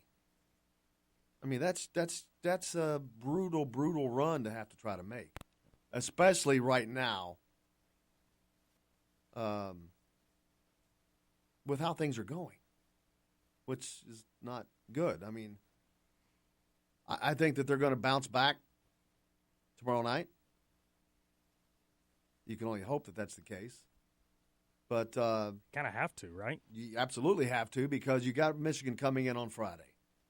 And there's no way you can go out and lay another egg at home against a team like Michigan, because not only would you lose that game, you'd get run out of the gym. And you just can't afford, not right now, you cannot get run out of your own gym. Can't do it. And you certainly cannot lose to Northwestern tomorrow night and then lose to Michigan and have a 5-game losing streak. That would pretty much wipe the season right there. For sure.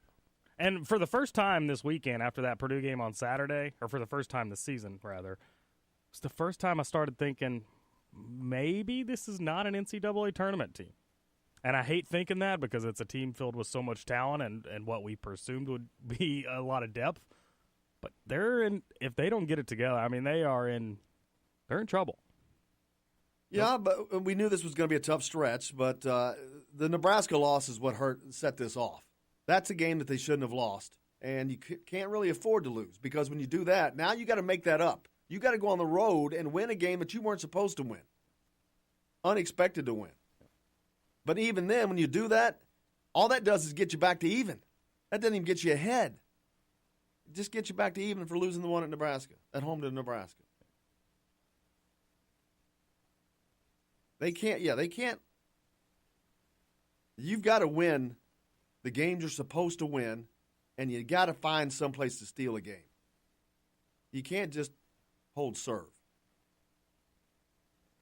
They've got to do something different, because I don't think a 50-50 team, this team, is going to pass the eye test and make the NCAA. But they do have some good wins on their resume already, and those wins are looking better with Marquette and Louisville. Those are aging very well. Louisville, as a matter of fact, sits atop of the ACC right now. Insane. How crazy is that? Chris Mack has got the Cardinals sitting in the top spot of the ACC, a team that Indiana managed to beat. That will do very well for them on the NCAA resume at the end of the year, along with Marquette, who continues to flourish. They're probably number one in their conference. Granted, it's worth mentioning that with Louisville, there are 5 other teams tied with them. But still, I mean, they're sitting on top of the ACC, a pretty damn good conference. Well, they went on the road and gave North Carolina, Roy Williams, the biggest defeat ever at North Carolina. Yeah. That says a lot. It says that they're continuing to improve, which is what you want to see in your teams. What's improvement? Well, we hope that we see that, because everybody else is improving. If you're not, you're going backwards. And if you're going backwards, it's going to be a bad, long season. So let's hope that they can just shake that off. I mean, for Romeo, it was just one of the. It was just something that started bad and just couldn't really get started. The foul trouble really got it going, and I think it took him out of his game. And then, of course, Nogel Eastern with a marvelous job add to that. And it just seems like it just snowballed. Archie also touched on Romeo Langford and his play in the post-game press conference. See what he had to say. Yeah, I mean, every player has their games every once in a while where it's not their day, and I thought early in the game they were really loaded up. He picked up a tough foul in transition defense on a grab where Carson Edwards was coming down south. He got a quick one there, and then his second one was a charge where he tried to drive the ball, and they were in there today. I mean, they loaded the box up pretty good on us, and that took him out, I think, a little bit of his rhythm right away. And, this is a tough environment to kind of get in. He tried the second half. He was very, very aggressive in the second half. But it's tough. Everything was at the basket. They got great size, and they make things hard on him. For the most part, he wasn't, at his best today. But he'll be fine. He's a bounce-back guy. Romeo will get his opportunity tomorrow night as the Indiana Hoosiers take on Northwestern up in that's Illinois, up in Evanston, Illinois, near Chicago. A game that Indiana's already played Northwestern once this season at home in Assembly Hall, a game that they won by 2, and gave my first little bit of trepidation on what was going on when they struggled to win that game. Yeah. Brought back thoughts of last year. Unfortunately, tomorrow night's not going to be any easier. We'll see. We'll see what they can do on the road. See, that's the thing. They're going up to a place now where the Northwestern fans, they're looking at Indiana as like, I said it before, a wounded animal. They're like, oh, man, we've got to get them. Well, fortunately for IU, Northwestern's fan base isn't half of what Purdue was. Oh, absolutely. It's a different environment. And you don't have to deal with the screecher anymore. Oh, thank goodness. Great. Forgot about that. Can watch the game in peace. There was a girl that stood behind the goal, a fan. She runs the fan club, I think, for Northwestern. Yeah. But she would screech with this blood-curdling scream. Was it during free throws? Oh, my gosh. Yeah, it was awful. And they finally Northwestern asked her to stop because broadcast associates were complaining about it. So, yeah, maybe it would help them. It can't hurt them because the free throw shooting has been atrocious. All right. One of the reasons they lost this game. Again, and that goes back to, I'm like, okay, why are they bad free throw shooting? You can say they're a bad shooting team as far as three-point shooting, when it's not a good three-point shooting team. How can you be a bad free throw shooting team? I don't understand. That's just mental muscle memory. Well, that's the thing. You said something similar to Drew Davis, but this is D1 basketball. It's not like these guys are in middle school still learning the fundamentals of shooting a free throw. They've been doing it their whole life. You don't have a team full of Shaqs. Right. Or two. Up there shooting line drives because you're 7 foot tall. I don't get it. I really don't. I mean, are they that mentally weak that they can't bear down enough to hit free throws? If that's the case, that explains a lot of why we're not seeing the great effort mentally. I mean, a lot of this stuff that we're seeing comes down to the mental aspect of the game. Free throws, that's mostly mental. At that stage, with those guys and their talent, it's mental. It's not physical. They all have the physical ability to do that. These guys are D1 basketball players. You tell me they can't shoot from 15 feet away with no one guarding them? Mental. Turning the ball over. Mental. Effort. Mental. A lot of this stuff is coming back to the mental aspect of the game. Toughness. I don't see toughness on that team. Who's a tough player? Just don't see it. I'm not seeing it. It's concerning. Doesn't mean it's so. Just my thoughts, my what I'm seeing, and it's gravely concerning, to be honest with you. I think. Tim texted in a question. We can save this for Don Fisher if you'd like, but is this new offensive coordinator going to be good? Don't know his history. Pro-style pass or run-type coach? Great point to bring up. Indiana football's hired a new offensive coordinator, Kalen DeBoer from Fresno State. Young, upcoming coach. Been successful everywhere he went. He started at the bottom, and I mean at the bottom by NAIA, which is where he played in Sioux Falls, South Dakota. He was a receiver for them. He became the head coach, leading them to a 67-3 mark. Yeah, that was NAIA, but he then moves on to Eastern Michigan. He did a great job there, taking their offense from the bottom to the top. Fresno State take him away. Same thing. Taking their offense from the bottom to the top. I don't care what level it is. If you can go 67-3 coaching, it's pretty impressive. You're dominating. You're doing something. You're doing something special because they don't have an answer for it. And 70 games, that ain't 1 year. That's over a course of time. Yeah. So I think the offense is I think you're going to be seeing a lot more exciting brand of offense for Indiana next year on the football field. They have got the pieces in place for an offensive coordinator like this. He's got two quarterbacks that he can choose from that are probably equally challenging for a defense because Michael Penix, a little bit more of a runner than Jack Tuttle, both with very strong arms. That will give Indiana the ability to stretch the defense. Kalen DeBoer comes in with his last quarterback, averaging over 8 yards an attempt. Peyton Ramsey's yards per attempt last year was just over 6 yards. 2 yards per attempt over the course of a season is massive. Doesn't sound like it, but yeah, it is.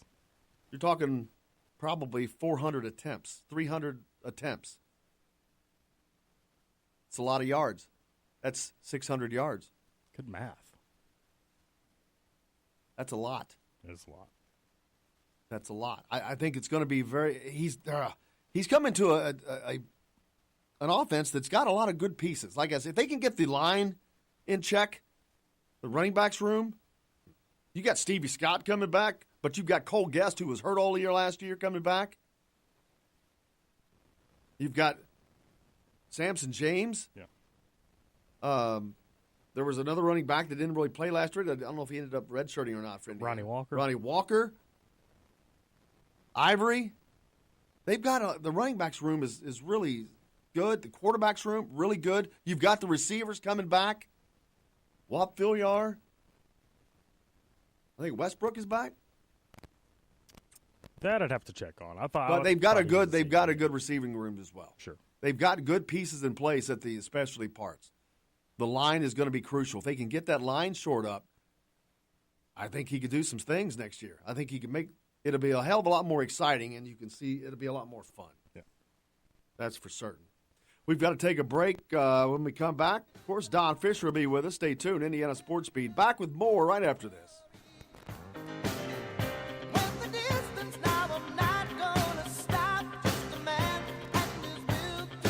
This is Jim Poyle. When I'm not on the road covering the Hoosiers, you can find me at Bubba's 33 on the northeast side of I-65 at Veterans Parkway in Clarksville. Bring the team in for that post-win meal in the family dining area or just meet friends for a happy hour. Bubba's has bold burgers, hand-tossed pizzas, mouth-watering wings, and a list of select local craft brewers for the coldest beer in town. Bubba's 33 in Clarksville. Burgers, pizza, beer.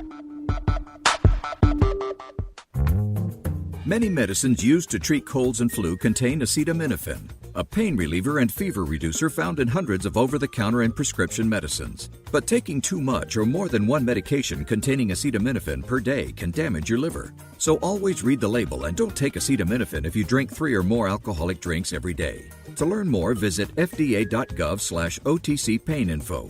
A message from the U.S. Department of Health and Human Services Food and Drug Administration. If you're a homeowner and have storm damage to your roof, you want a hometown contractor you can count on and trust. Brooks Roofing of New Albany has been doing quality work since 2006. Check out their work for yourself at brooksroofingin.com. No job is too big or too small, commercial or residential. Brooks Roofing is probably working in your neighborhood right now. Visit brooksroofingin.com or call 812-868-ROOF. That's 812-868-ROOF. Brooks Roofing, the protection you need when nature strikes. We all want a winning smile for those championship photos, and that's exactly what you will get at Reynolds Family Dentistry in Sellersburg. Reynolds Family Dentistry has been serving the dental needs of Hoosier families for over 30 years. Let Doctors Roger and Jay Reynolds take care of your family. Just off of I-65 at 809 South Indiana Avenue in Sellersburg. Call 812-246-3368. That's Reynolds Family Dentistry, 812-246-3368. All right, crew, let's get her dug. Honey, want to give me a hand? I'm planting that tree, remember? No matter how large or small your digging project may be, no matter how urban or rural, you must always call 811 before any digging project. 811 is our national one-call number, alerting your local utility companies to come out and mark any lines they have near your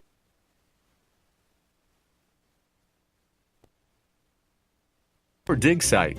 You must call 811 at least 2 to 3 business days before any digging project, so you can avoid hitting our essential buried utilities. This includes natural gas and petroleum pipelines, electric, communication cables, and water and sewer lines. So before you do this or this, make sure you do this. For digging projects big or small, make the call to 811. Brought to you by Common Ground Alliance. If you want to get your day off to a good start, then stop at Billy Joe's Gas and Food Mart on Highway 150 in Floyd's Knobs. While you're filling your gas tank, you could fill your own tank with a hot breakfast or try one of Billy Joe's daily lunch special. Billy Joe's Gas and Food Mart opens at 5 a.m. and everything is made fresh daily. And if you bring your own mug, coffee is only 50 cents. And Billy Joe's also has free air. The best place to start your day is at Billy Joe's Gas and Food Mart on Highway 150 in Floyd's Knobs. If you want the most comprehensive coverage of the Indiana Hoosiers, you need Indiana Sports Beat with Jim Coyle. Join us each Monday through Friday for interviews with the players and playmakers. Weekly guests like Don Fisher, Terry Hutchins, and Chronic Hoosier. We've got live reports from each game. No one gives you better coverage of Indiana athletics. Indiana Sports Beat with Jim Coyle is available on iTunes and Google Play. You can follow us on Facebook or at indianasportsbeat.com. Indiana Sports Beat with Jim Coyle. We don't miss a beat.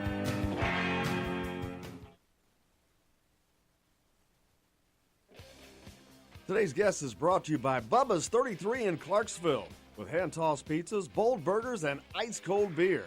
Pizza, burgers, beer. Bubba's 33 in Clarksville.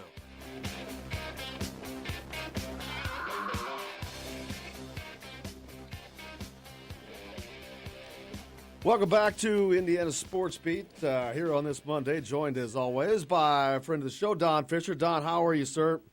I'm well. How are you, Jim? Great, Don. Got cold for us for certain. A lot of snow up there in you guys' way as well, but hopefully you guys got out of that okay.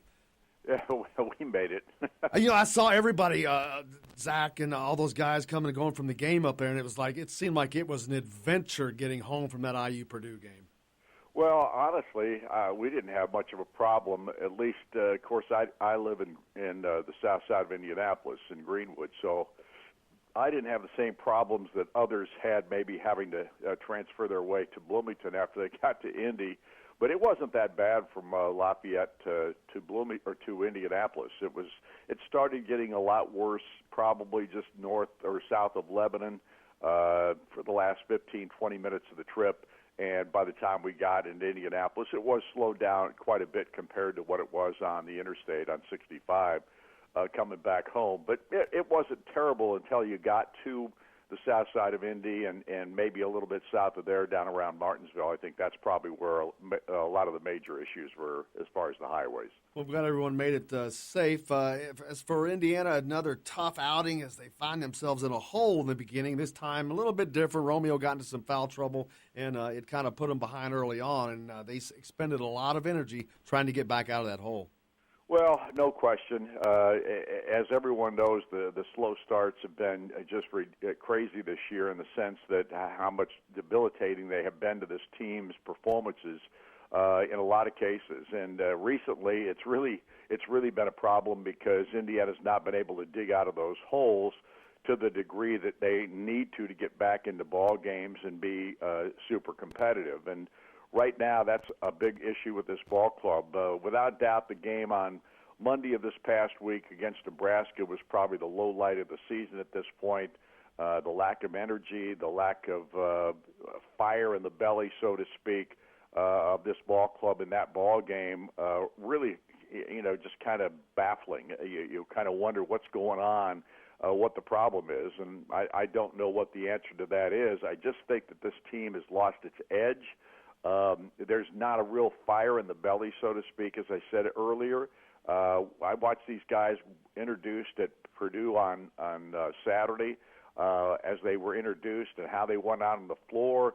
And it was just kind of walking out there, and they just didn't have the energy level or the I don't know how else to explain it other than the fact that it almost looks like they're trying to be cool, but that's not the way it comes out, if you know what I mean. Absolutely. You've got to have an edge to you when you play the game of basketball, and especially when you go on the road. And I just don't see that from this team right now. And there's no doubt that there has become a formula to play this Indiana basketball team in Big Ten play. Everybody is just basically shutting down passing lanes or driving lanes and trying to make Indiana shoot from outside. And this is not a very good outside shooting team. We've talked about that from the very beginning of the year where they were challenged is shots behind the arc and maybe even mid-range jump shots. But this team really struggles with that. And now that they have, and they have one of the best drivers in the country in Romeo Langford, and he's not finding those paths to get to the rim very easily. In fact, they're basically shutting those paths down as they did, as Purdue did on Saturday. So this is the team that's got to find a way to somehow get some outside shooting going, and I'm not sure quite who does that or when it's going to happen, if it's going to happen. And we talked about that last year in the first year of Archie Miller's reign, how many the lack of consistent outside shooting that they had. Now, they had some guys that could actually knock down shots from outside.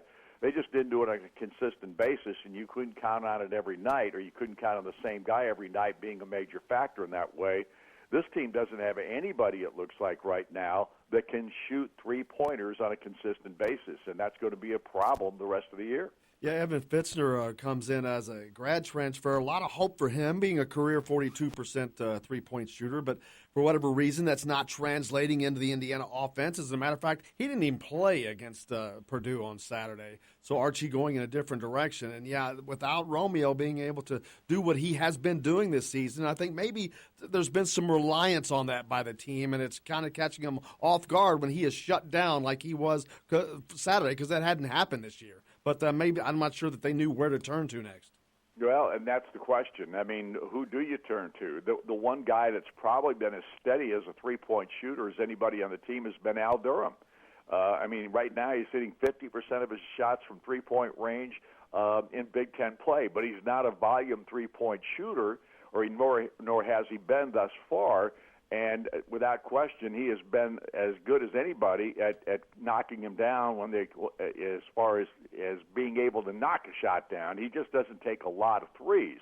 Rob Finney, I think, is a guy who can actually step up and become a major factor in that role. And yet, we haven't seen him do that since he's come back from the concussion, because primarily he's still not in 100% shape, of those kinds of things. Now, hopefully, that's going to happen as this week progresses, because I think he's getting more closer to where he was as far as physically is concerned. Now, the mental part of it is a whole different ball game, and maybe it's going to take him a little longer in that regard. But this team's fighting itself right now, in my opinion. And when I say that, I'm talking about in their mental attitude, in what they do on the floor, and, of course, from Archie and the coaching perspective and the coaching staff's perspective, they've got to find a way to get some open shots outside and have somebody knock them down. And right now, that isn't happening, and that's a primary reason why teams can come up with the formula to keep this team from getting to the rim.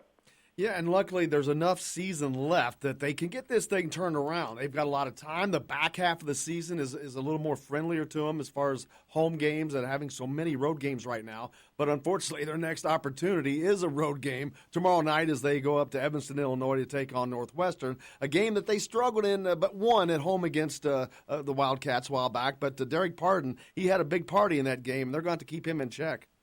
Well, there's no doubt this guy is a player. Derek has really improved his game as the years have gone on. He's probably the staple right now for the Wildcats.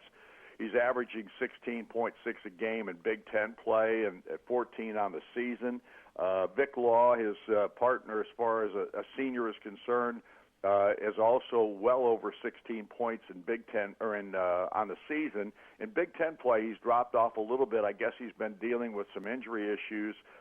He didn't play tons of minutes or score a ton of points in their last ball game against Rutgers on Friday, but he was a big factor down the stretch in that ball game and knocked in 6 points total for that contest. And because they didn't even know if he was going to play in that game, and I guess he gutted it out and got in the contest. But this is a team that's very difficult for Indiana. They match up very well with IU. They've got about the same size factor. In fact, everybody that they start of their starting five is 6'6" or better. So they actually knock off Indiana in the lower areas where Devontae Green or Rob Finney or people like that are not as big as these guys. But they're a team that Indiana beat the first time they played them. There should be some confidence built there in that regard, having beaten them in Bloomington. Now they've got to play them at Welsh Ryan, and they're coming off their best win of the season as far as Big Ten games are concerned. They beat Rutgers at Rutgers on Friday night, 65-57. So this is going to be a challenge. There's no question about that. somehow, some way, Indiana's got to find a way to end this 4-game losing skid. I think this is a critical game in that regard from a mental standpoint as much as it is physical. This is an Indiana basketball team right now that has to find a way to get it done. They've got to find that edge again. They've got to be able to compete even when things are not looking so good, and somehow find a way to overcome. Because if you can't find a way to overcome in some of these ball games, that confidence level goes right down the drain.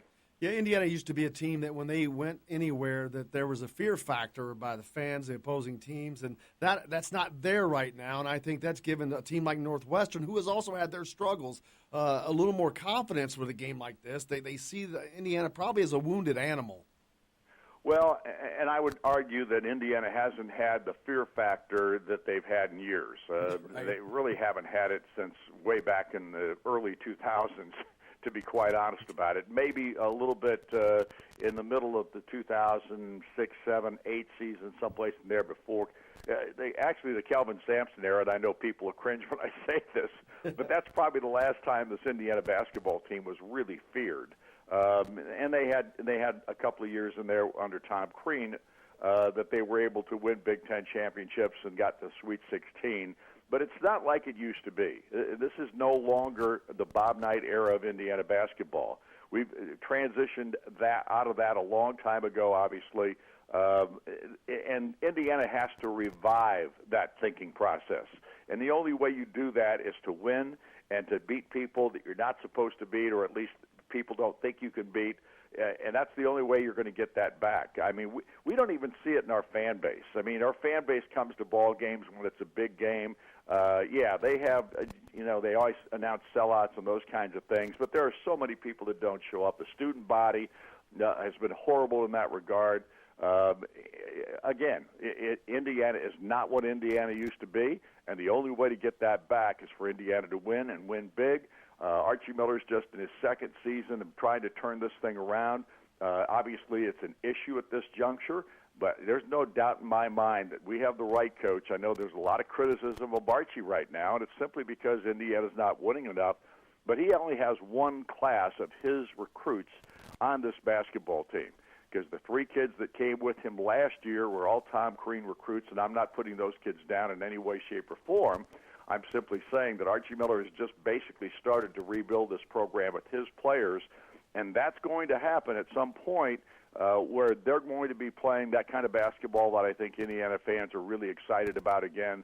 But right now they're in a rough spot, and they need the fan base to support them, and unfortunately our fan base is pretty fickle when it comes to that kind of thing. Absolutely. Hopefully they can get it back on the right track tomorrow night. In Evanston, Illinois, you'll be on the call right here. You can hear it right here on WXVW. Thank you so much, Don. I appreciate you. I hope you have a great week and a good call tomorrow night. Well, I appreciate it, Jim. Thank you. We'll look forward to it. Thank you very much. Don Fisher, the voice of the Indiana Hoosiers. You can catch him here tonight. I think they'll be, is the coaches showing tonight as well?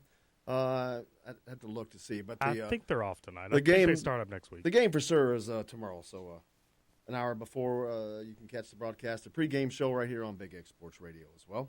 As always, catch the Hoosiers and Don Fisher. And most Mondays the coaches show, but they've been taking some weird times off, man. But that's pretty much going to wrap it up for Justin Kalen. I'm Jim Coyle. Hope you had a great day, and I'll see you on the radio.